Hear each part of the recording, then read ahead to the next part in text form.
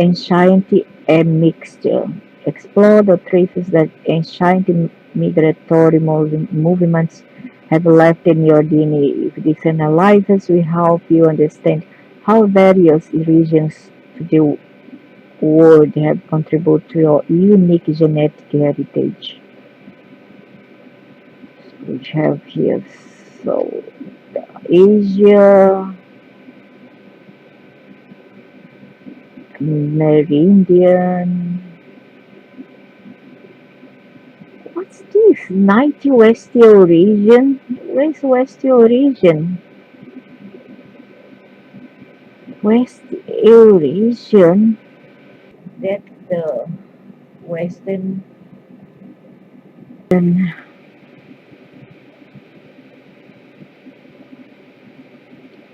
This analysis goes back many generations. The result you might see an ancestral component that do not align with your known or recent family history. Your ancient composition or report complied in a mixed model of chaos that might represent five hypothetical ancestral populations. Hypothetical. This analysis delves into many past generations to reveal the mosaic of humanity that makes up your DNA from a historical perspective.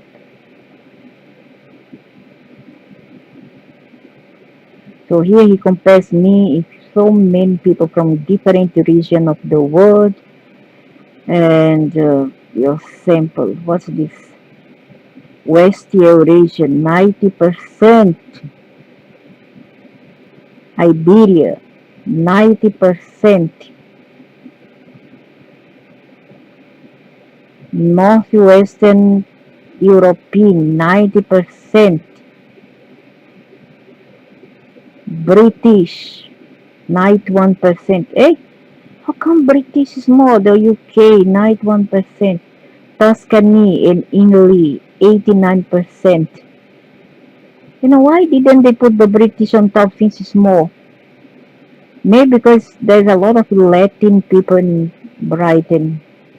North Iberian, too. Tuscany, 89. Finnish, 84. Levantine, there. Here Israel or Middle East, 70%. With 97 matches. This one finished 99 matches. All these 99 matches, 99%. Uh, Puerto Rican, this one Latin American. I would say Costa Rica, why Puerto Rico? Or Brazil, South America, why Central America for? Colombia, why Colombia? Why not Brazil? Mexican, 61%. Pujambi, 36%, which is India. African, Southwest, 25%. Gujarati, 24%. Bengali, 18%. Peruvian, 17%. Where's Brazil? African, Caribbean, 14%. Telugu, 14%. Tamil, 13%. Luya, which is in Africa somewhere, 7%. Gambia, 6%. Han Chinese, 5%. Mandi, can be in Africa, 5%. Kin Vietnamese, 4%. Dai Chinese, 4%. Isan, 4%. I don't know what this is from. Yoruba, or it might be Africa, 4%. Southern Han Chinese, 4%. Japanese, 3%. Japanese, the least. So, I would say the Iberian, and Northwestern UK is more. But why? I don't know. It's a new way to understand your generic admixture takes into consideration your result across all the world population of reference seed.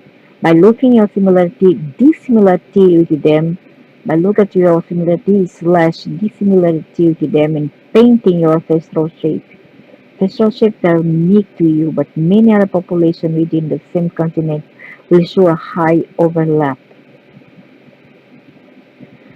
So let's compare, let's say here, um,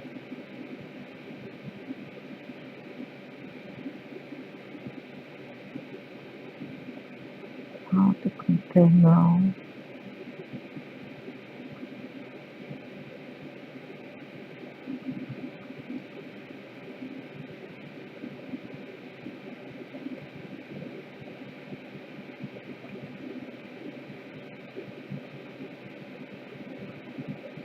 Okay, African Caribbean, 13,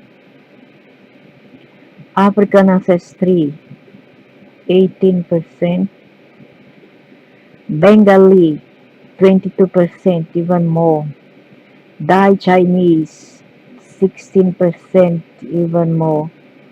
This one is Europe, if I don't make a mistake. Oh, so yeah, Europe.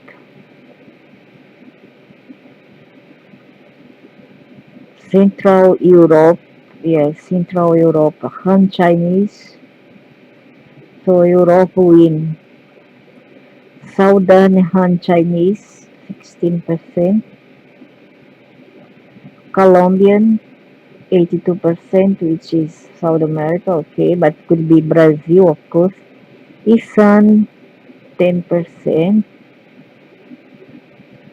Finnish, a lot, which makes sense. My mother was born, the Finnish went there, and the other side where my father was, the Swedish went. Oh, makes sense. Um, British, slightly more. Gujarat, Indian, Gambian, Iberian, a lot. Yes. If they say Iberian was not a lot, I would not believe them. Japanese, a little. Yeah. I don't identify myself with Japanese. I mean, it's the others, like, you know, um, Vietnamese, even more Vietnamese because of the South American tribal people that come from Asia today.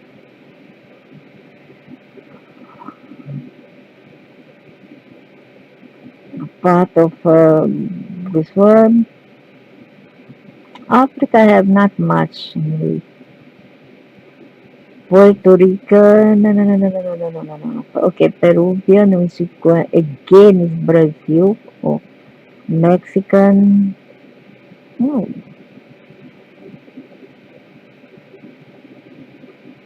Peruvian. How come less than Mexican? Doesn't make any sense to me. Puerto Rican, Tamil, a lot of Tamil, huh? Toscani, English, Yoruba. Okay, so basically Afro and Asia is less, the bottom below, and Europe and Latin America is top. European is the most of all.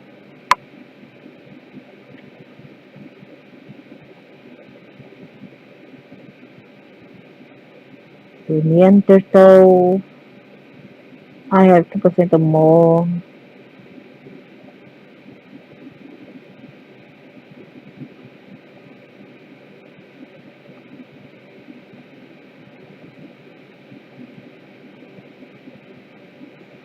And dinosaurs.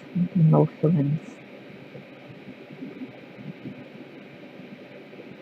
Some smart Alex here, which my somebody related to me, came to say that the more admixed we are, the more prone to disease we'll be. I don't think so. And always I thought, no, it makes us stronger. And guess what? I was right.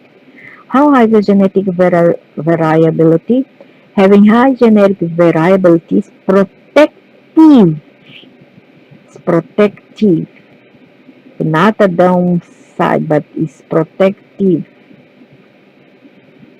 against recessive disease. Okay, against recessive disease. See, I knew it. See how smart I am. Too much for that smart elect person who doesn't know anything. Born in Asia. The heterozygosity rate in my calculation is compared to Europeans very high.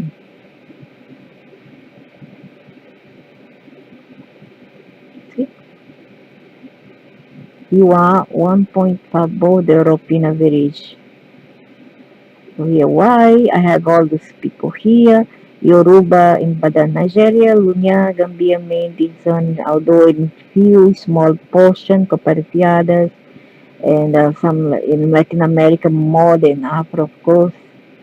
Peruvian, Colombians, all these people come from Asia, there to Latin America. And then I have East Asian also, which may come from these people. So Han Chinese, Japanese, so then Han Chinese, Chinese Dai, and Vietnam. European, I have Uttar Evident, which the CEPH, with Northern and Western European ancestry, Tuscany and Italy, Phoenician Finland, British and England or UK in general, Iberia population in Spain. But it's not Spain alone, it was Portugal, okay? Portugal and Spain. So South Asia, we have Gujarati, Indian from Houston, Texas. What I don't Indian from Houston, Texas. Punjabi from Lahore, Pakistan. Bengali from Bangladesh. Sri Lanka Tamil from the UK. And Indian Telugu from the UK. Amazing. Really amazing. But doesn't mean they are from there. It means that they immigrate to this part of the world. That's really amazing. Oh my goodness.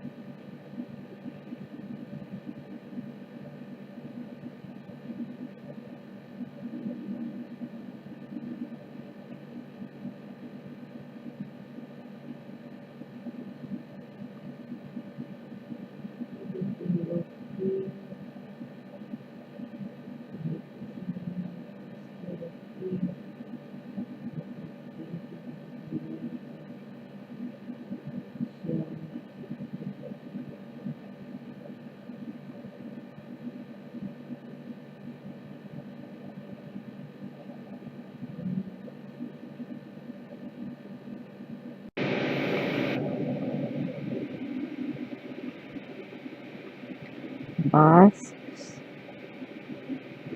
Oh, South Europe, Iberia 92%. Weird that it shows to be Spanish and not Portuguese, but doesn't matter. Maybe the Portuguese was already mixed with the Spanish. 8% Italian, Sardinian,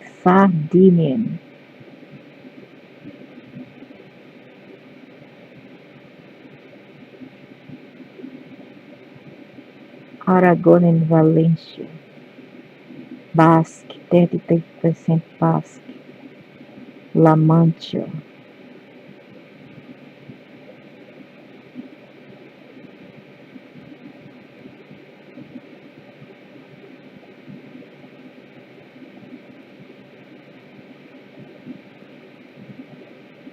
Is founded the ancient Greek, not the ancient North African alone, but the Greeks.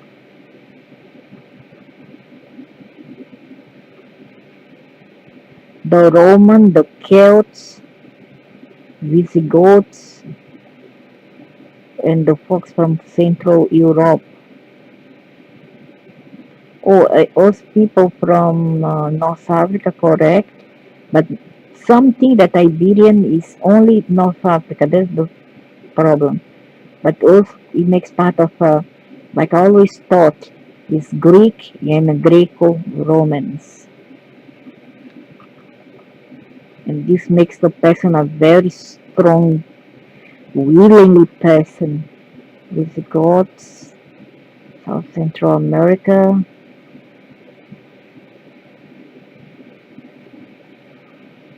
Northwestern Europe, no genetic similarity found. Strange. See? Mhm. So I am in completely Latin.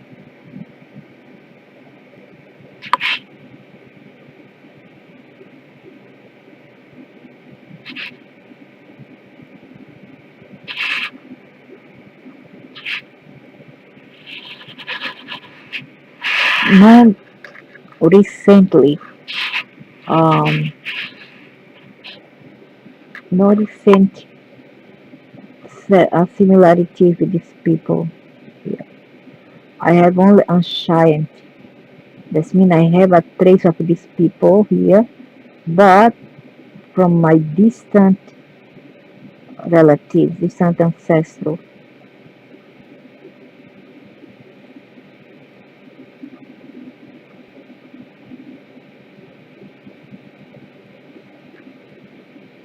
So here is ancient. Explore the trace that ancient migratory movements have left in your DNA. West Eurasian, West. Uh,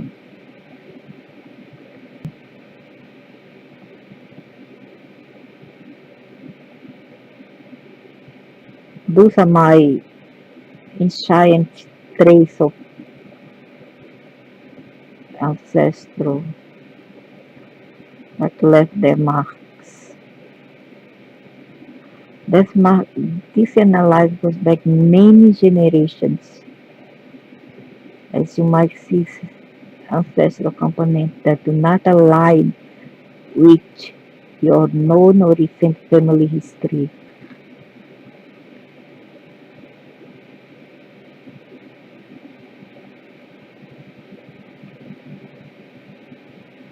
So Restoration, Iberian at 9%, Northwestern European, British 91%, Tuscany and Italy 99% match, but not 9%, Finnish 84%, Levantine, Middle East 99%, 70%, and here Latin America is Brazil, but they mistaken somehow. Pujambo will come with the Portuguese, and African Oscan, Oscam from the Portuguese or directly.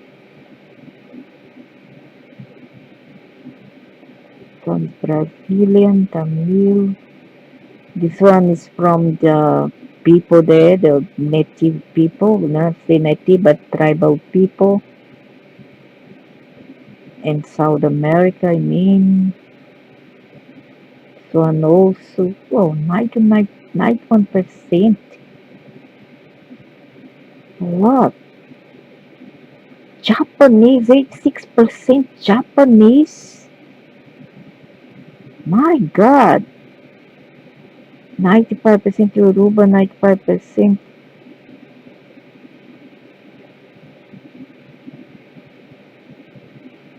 Chinese. Oh, so many.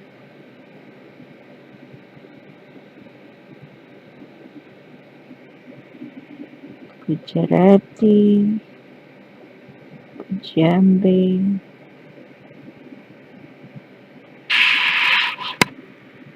4%, 4%, 4% match, but the match is very little matches. How come up to this much?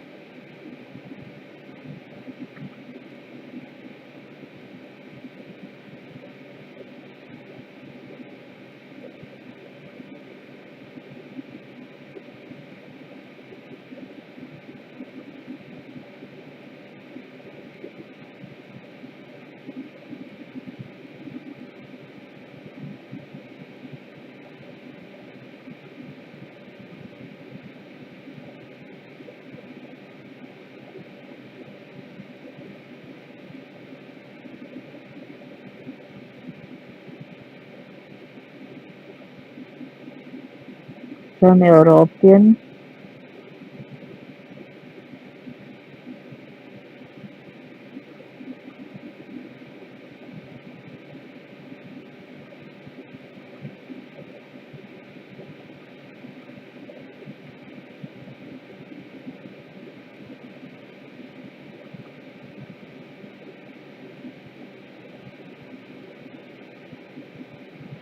some South American.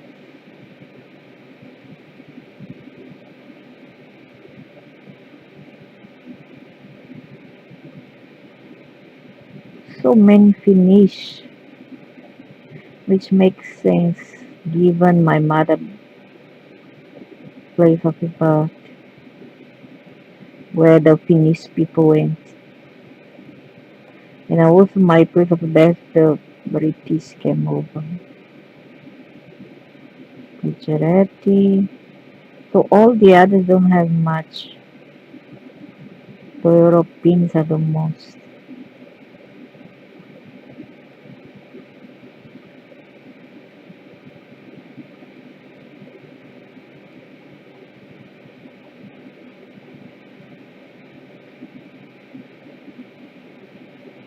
Iberian a lot. Telugu.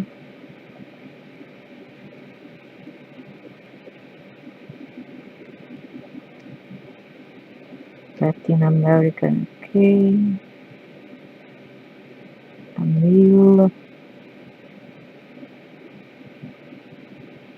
Vietnamese.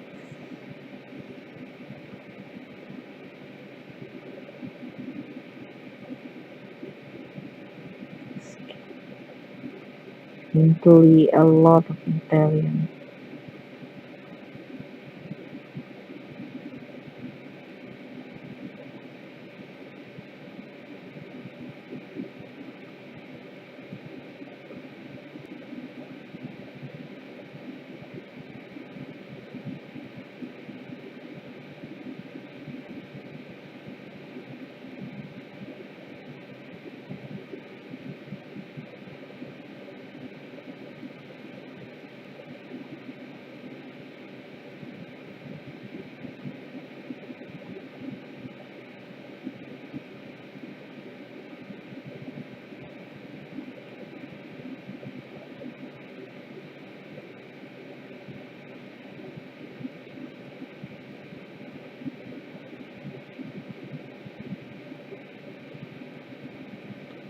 India, Telugu from the UK, Sri Lanka from the UK,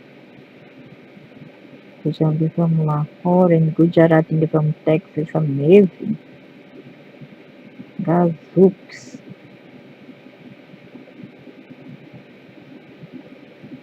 So the more admixed you are, the better your chance to be resistant to recessive diseases, which is good.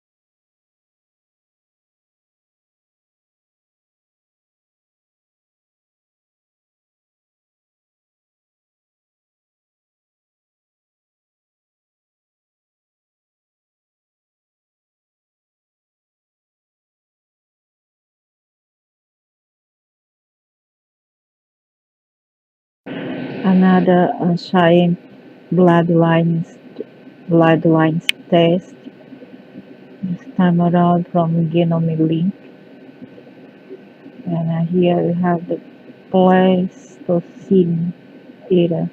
Oh, this one is Mesolith Mesolithic.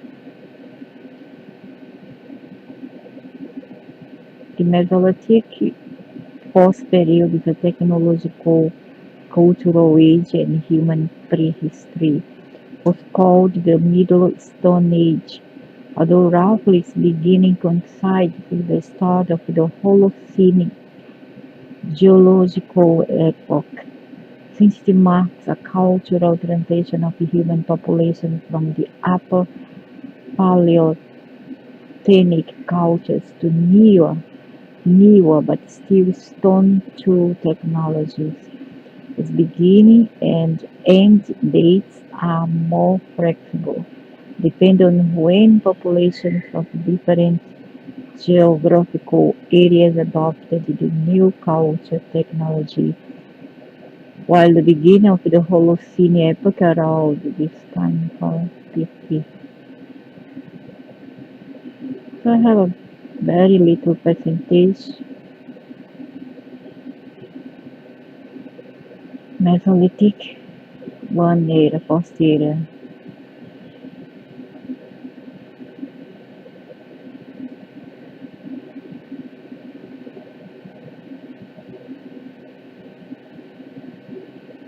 Still hunter-gatherer from the direction of East Europe. Oh, East Europe.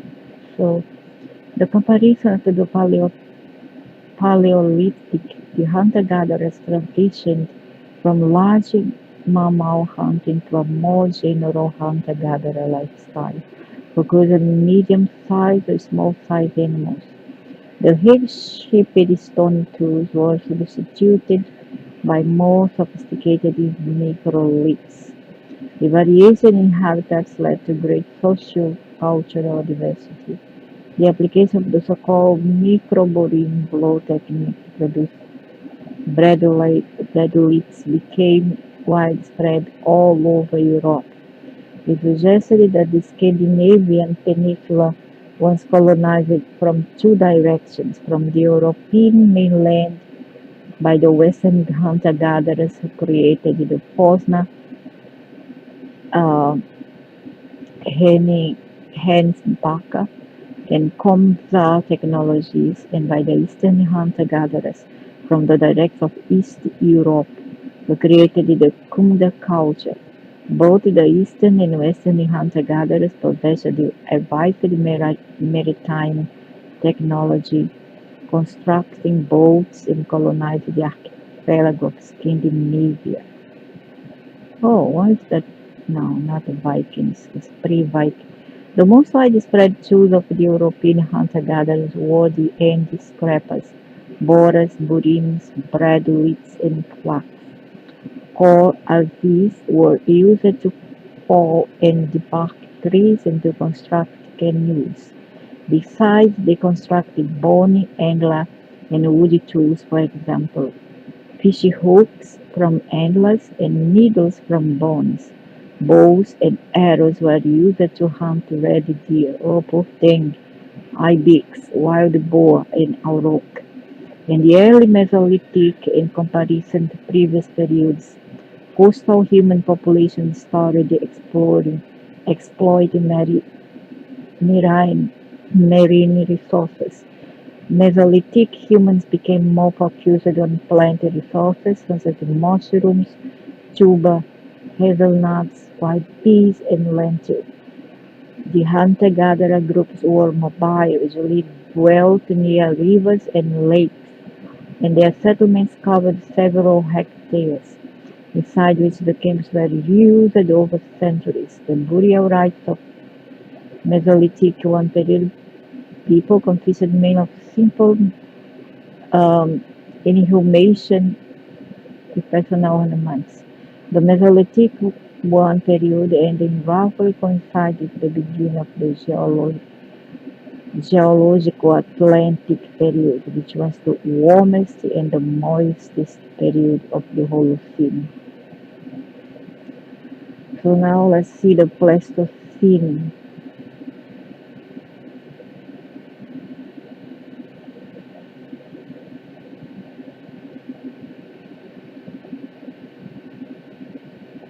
The Pleistocene, I have more Pleistocene, I guess. Yep. The Pleistocene is a geological epoch dated between 2 million something like something, 11, blah, blah, blah, comprised of repeated glaciations. Hence, its tribal name is Ice Age. It was preceded by the Pliocene and followed by the Holocene epoch, the current geological epoch. The Ice Age was triggered by change in the Earth's orbital shape, axial orientation, and axial tilt. They consist of repeated drops of temperature during glacial maximums and raises in temperature during the interglacial periods. Likely the level of atmospheric CO2 concentration responsible for the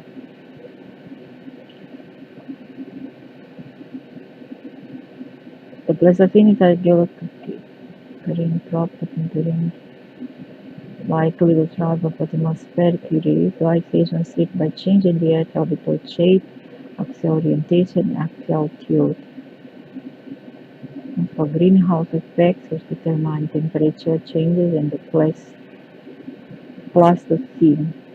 The mean annual temperature at the edge of ice sheet was below -6. Although the continents were already in their present locations, the icy-bound seawater exposed the land bridges among continents that later made possible both animal and human migrations among the continents. The sea levels being around 100 meters lower than the Holocene. The fauna of the Pleistocene was characteristic due to its large size. Carnivores and herbivores labeled as megafauna, which include the species such as mammoths, mastodons, saber-tooth carnivores, examples Smilodon, giant sloths, cave bears, cave lions, and large birds, elephant bird, and more. Toward the end of the Pleistocene, most of the megafauna became extinct, likely due to severe climate change and habitat shrinkage due to the growing ice sheets. But their differentials correlates with the spread of anatomically modern human. Yeah, the most. Also, they make this kind of studies. They match our DNA chromosomes with the things that they found, the carbons that they found that they live dates millions of years ago. So maybe they match our DNA if it's that epoch. The, and not, so I knew they didn't need to tell me because I feel very old and I know that my ancestral is very, very old here on Earth. The anatomically modern human diverged and evolved toward the end of the Pleistocene around 300,000 years BP in the middle Paleolithic period. Unlike the geological epochs, the Paleolithic or Old Stone Age and Mesolithic Middle Stone Age are periods or ages of human technological and cultural development. Cultural periods do not have a strict general time frame because populations of different geographical units adopt technologies with time differences during human prehistory. The Pleistocene overlaps with the following periods. Paleolithic consists of Lower Paleolithic, Middle Paleolithic, and Upper Paleolithic, and the Epipaleolithic. The Lower Paleolithic is defined to start from the earliest evidence of stone tool usage by Australopithecus species approximately 3.3 million years ago. The culture technology was termed Lomekwi, Lomekwiyata, its archaeological site in Kenya. It was followed by the Old One tool technology that was dated around 2.6 million years BP. Just appeared at the beginning of the Pleistocene, it ended 1.6 million years ago. It was developed by early hominids like the Homo habilis, and it spread from Africa to Europe and Asia. The Homo habilis primarily was carnivore and scavenger. The older one technology was followed by the Archeoline hand-axe technology in Africa, South Europe, and South Asia, and Clarksonian technology in North Europe. Both technologies exist until the Middle Paleolithic and adapted by Homo erectus and later by Homo heidelbergensis. I don't know whether I did pronounce it correctly. Homo heidelbergensis. They also transited from scavenging to hunter-gathering, species in human evolution prehistory until the Neolithic period.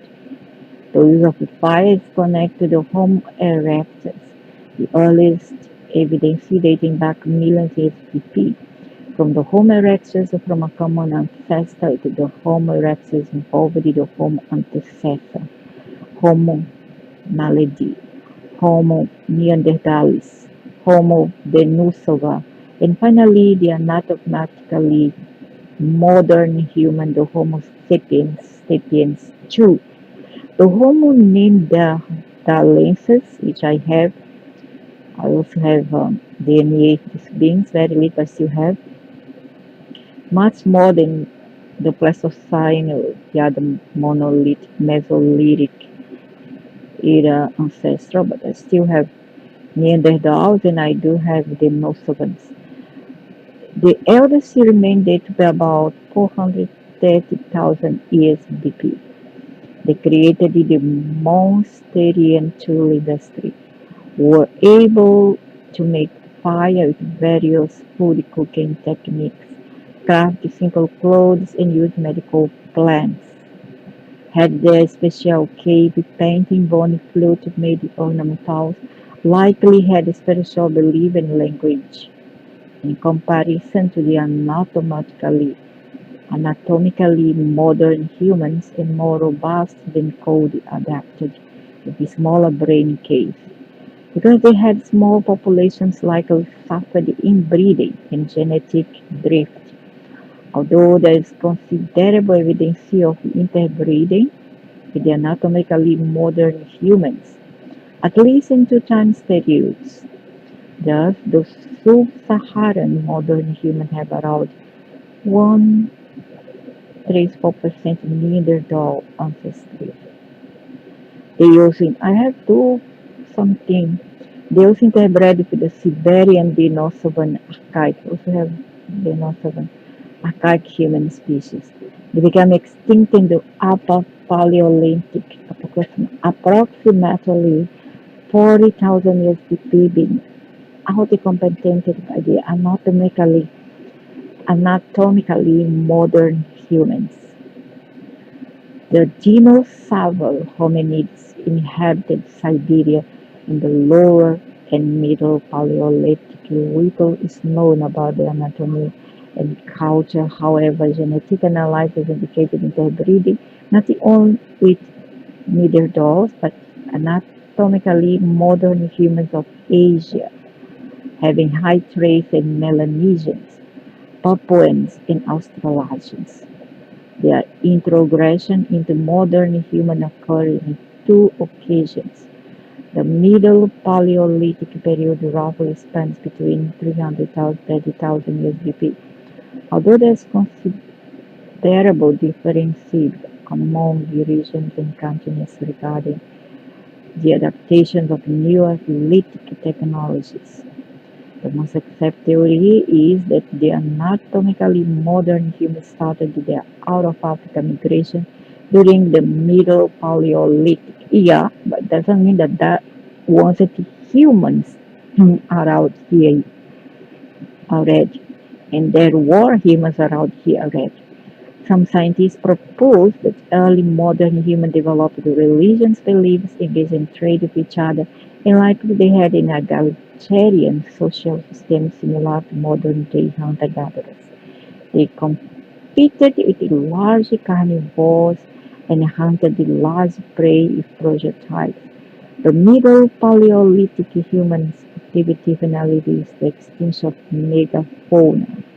Some suggest that both Neanderthals and modern humans practiced ritualized cannibalism or defleshing. The Upper Paleolithic is dated between 50,000 and 12,000 years BP, although it shows continental and subcontinental variation. It coincided with the end of Pleistocene. The Homo sapiens population colonized Australia at the beginning of the Upper Paleolithic and during the last glacial maximum 25,000 15,000 years BP started colonizing the American continents. Artworks are flourished in forms of petroglyphs and female figurine named Venus in Europe. So you see the Paleolithic during the last glacial maximum 25,000 to I don't know how many I cannot see properly here. ESBP started colonizing the American continents.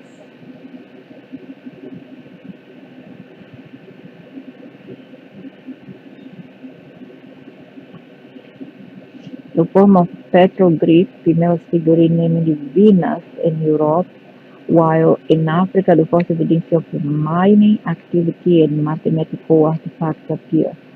During this period, the European early modern humans, the Cro-Magnons, colonized Europe, creating the Upper Paleolithic technologies cultures such as the Aurignacians, Gravitians, Solothurn, Magdalenian, and Epigraphician cultures.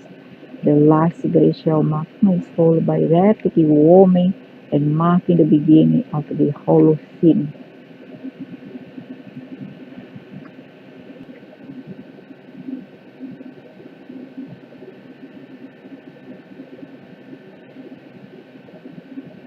Post-Thermidoric, Chalcolithic, Paleolithic, or Ineolithic is a period falling between the Neolithic and Bronze Age, approximately dated between 5000 to 3000 BCE in Europe. However, its length varies significantly among the different regions and continents. Um, divided, I don't know what's here, depending on when the population of each geographical region adopted Cooper's mutant technology. The related archaeological evidence of copper mine in the Near East and the Levant precedes the first European archaeological finds by one millennium.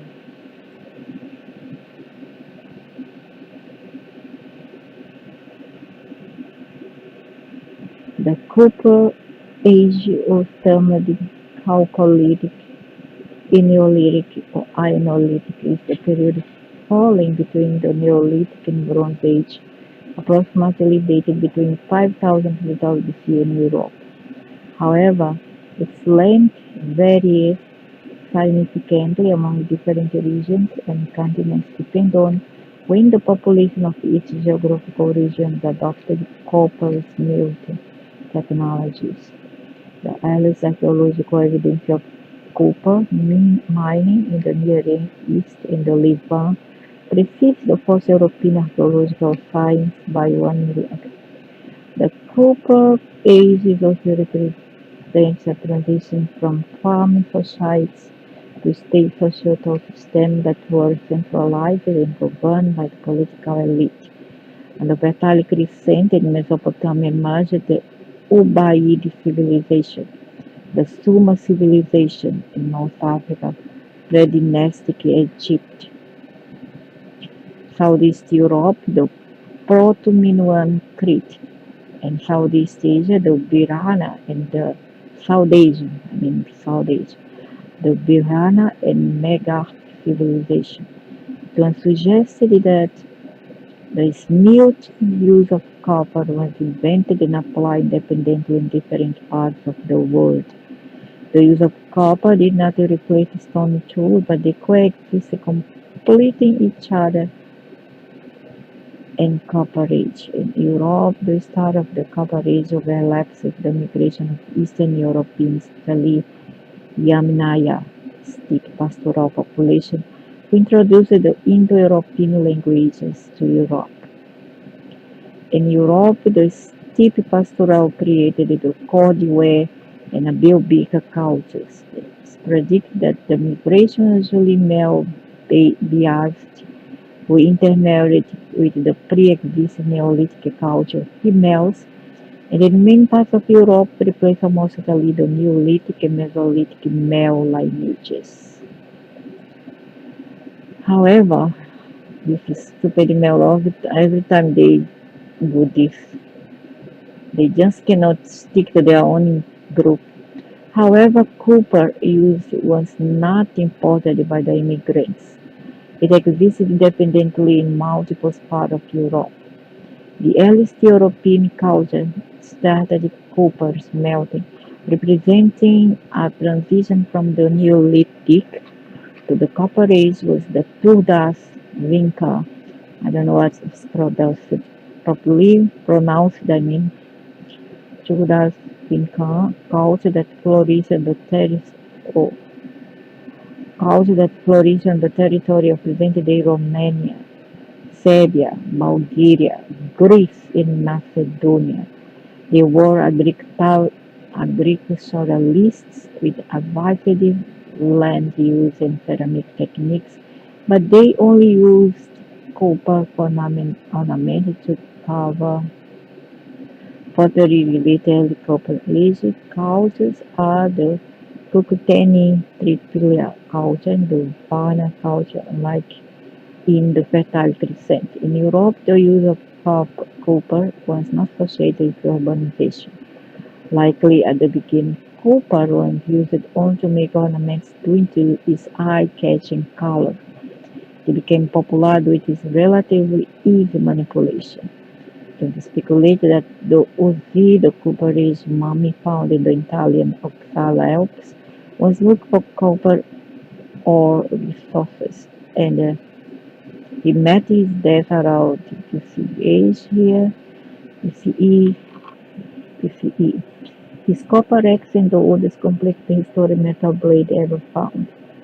The largest copper age settlement identified in Europe and the Los Milares archaeological site in Andalusia housed a population of approximately 1,000 people. In the Middle East, the Ubaid pre-urban and the following Uruk period large urban centers emerged. The appearance of the potter's wheel, the cuneiform writing system, and the domestication of the donkey are connected to this period. It became the largest known city of the Copper Age, which together with surrounding settlements gave home to approximately 90,000 inhabitants. The mythological founder of the city-state was Gilgamesh, the protagonist of the Epic of Gilgamesh. In this region, there is no precise delimitation of a Copper Age. However, population of the late Neolithic cultures of the Hongshan culture and the Yangshao culture knew copper smells and created copper artifacts. The North American native, although they create metal and copper objects by cold and hot hammering, never applies smelting or casting. On the contrary, the natives of the Ants had a full developed metallurgical technology. But this was later, and they are not native from there, they are native from Asia and Africa. So there's something not correct here. Although there were created various copper and later gold and alloy ornaments for decorative purpose and everyday stone, they already got from somebody else.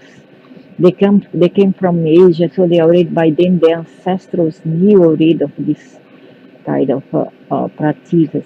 So they brought it as they migrate to the Americas. They brought to get them this knowledge, decorative purpose and everything totally replaced by metals. This one I don't have. Why I don't know, but I don't have this one. This one much later. I don't have ancestors. I don't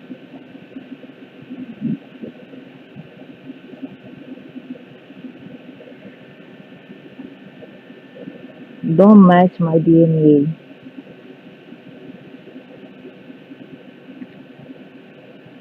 Those are my ancient bloodlines to Earth, and it's much earlier than the many people here in we have old bloodline, and we are older than the Anunnaki is coming. Much older. We already were here when they first came to Earth. So here is my European ethnicity. South Balkan, which is 24% the most, Greek and Turkey, Southwest Balkan, Greek, Greece, and Turkey, Hispanic Jews, that will be Portuguese Jews, or 21%, or Iberian Jew, and Iberian 12%, is very little. Iberian, how come I have Hispanic Jew? Jew is a religion, it's not a race, right?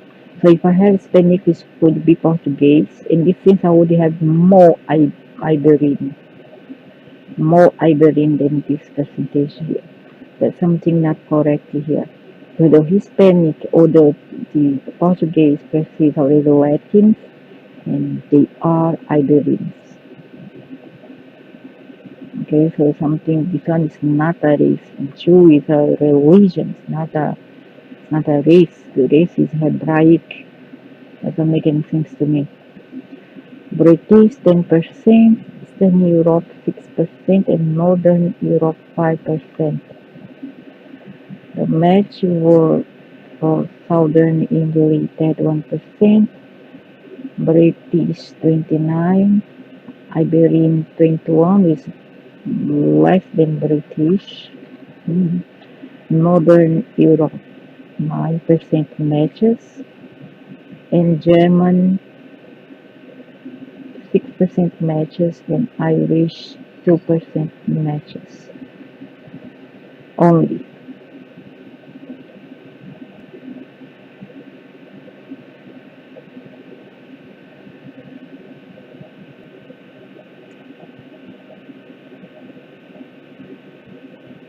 There's no such thing as indigenous American, those are Asians, so 70% Asia. West African 13%, East Asia 5%, South Asian 1%.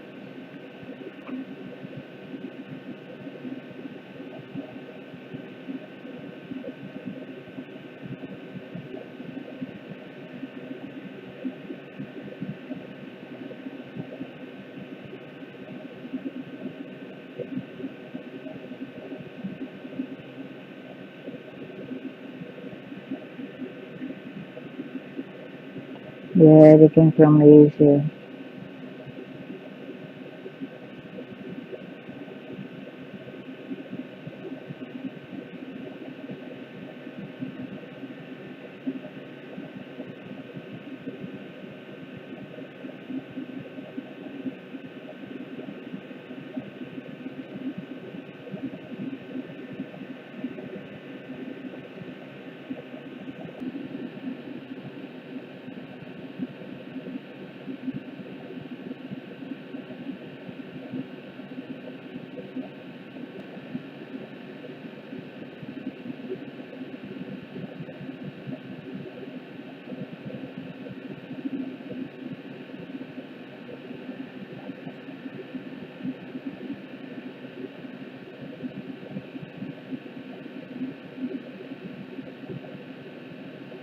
I don't think so. They don't start things loud. Blah, blah, blah, blah, blah. I don't think so.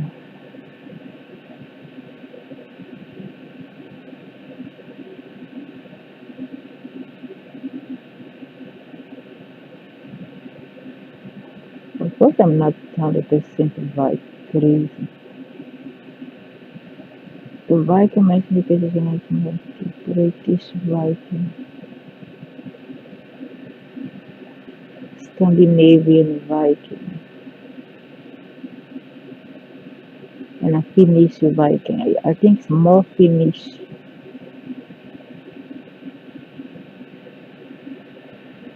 because my mother was born in a place where the Finnish from Finland came, and another place that was the Swedish.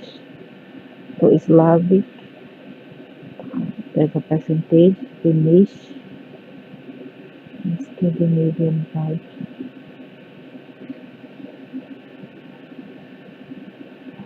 So yes, I do have a Viking also supposed to have anyway.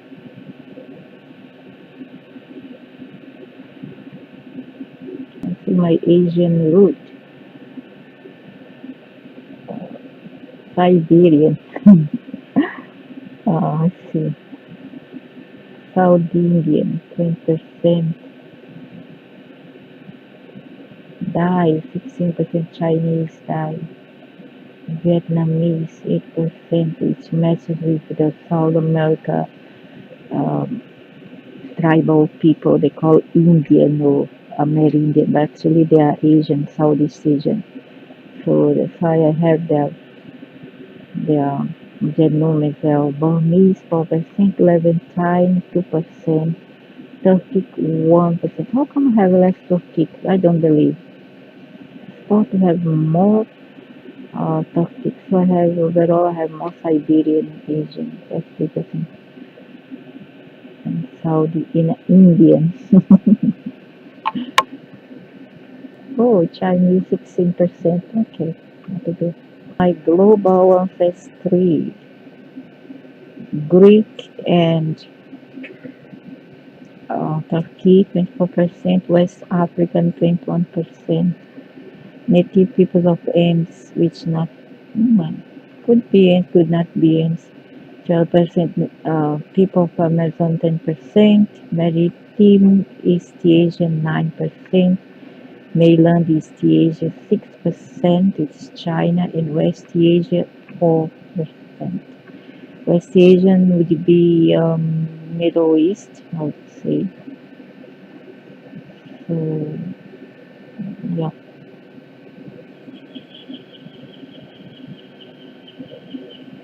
Balkan, Italian, North African, Near East, West Asia, which is Arabic and Hebraic in West Africa. Here they say most frequent ethnicity Scandinavian 24%, Southeast Asia 6%, which coincides with these people from tribal South America.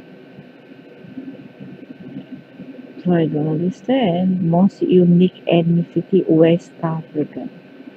21% native peoples of North. So Scandinavia here is the top. Native peoples of North 21%. Native people of Andes 12%. Native people of Amazon Caribbean 10%. So the North American tribal people have more. How come? When I'm from South America. Native people of Amazon and Caribbean 10% and Southeast Asia 9%, which all comes from these people.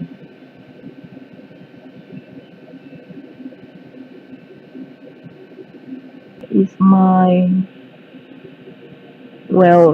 British ethnicities. Southeast border 8%, South 16%, and North 14%. So more from the South. Scotland 8%, Southwest Illinois 8%, Orkney 5%, and Northwest 4%. Your UK ethnicity, okay. So yeah, of course I have British. Why not? The British went my hometown. They built um, bridges, and the Dutch also went to then built those bridges. So altogether, so 55% altogether. So these people are not Latin, they are Asian people. Okay, let's be down to us and realistic. They are they are in Latin America, but they are Asian. So from that tribe, I supposedly have these people here.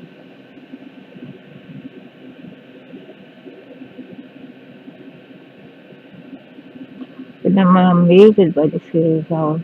Congo, why not Angola or Benin? Why Congo?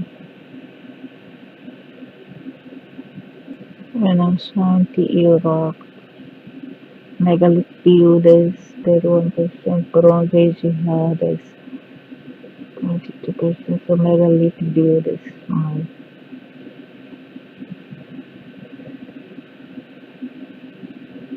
Also European permanent. Okay.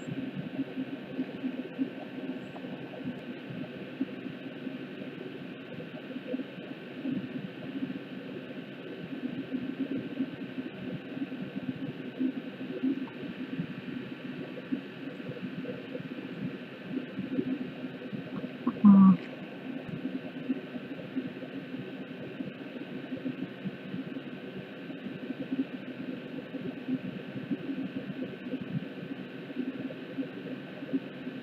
Only 1%.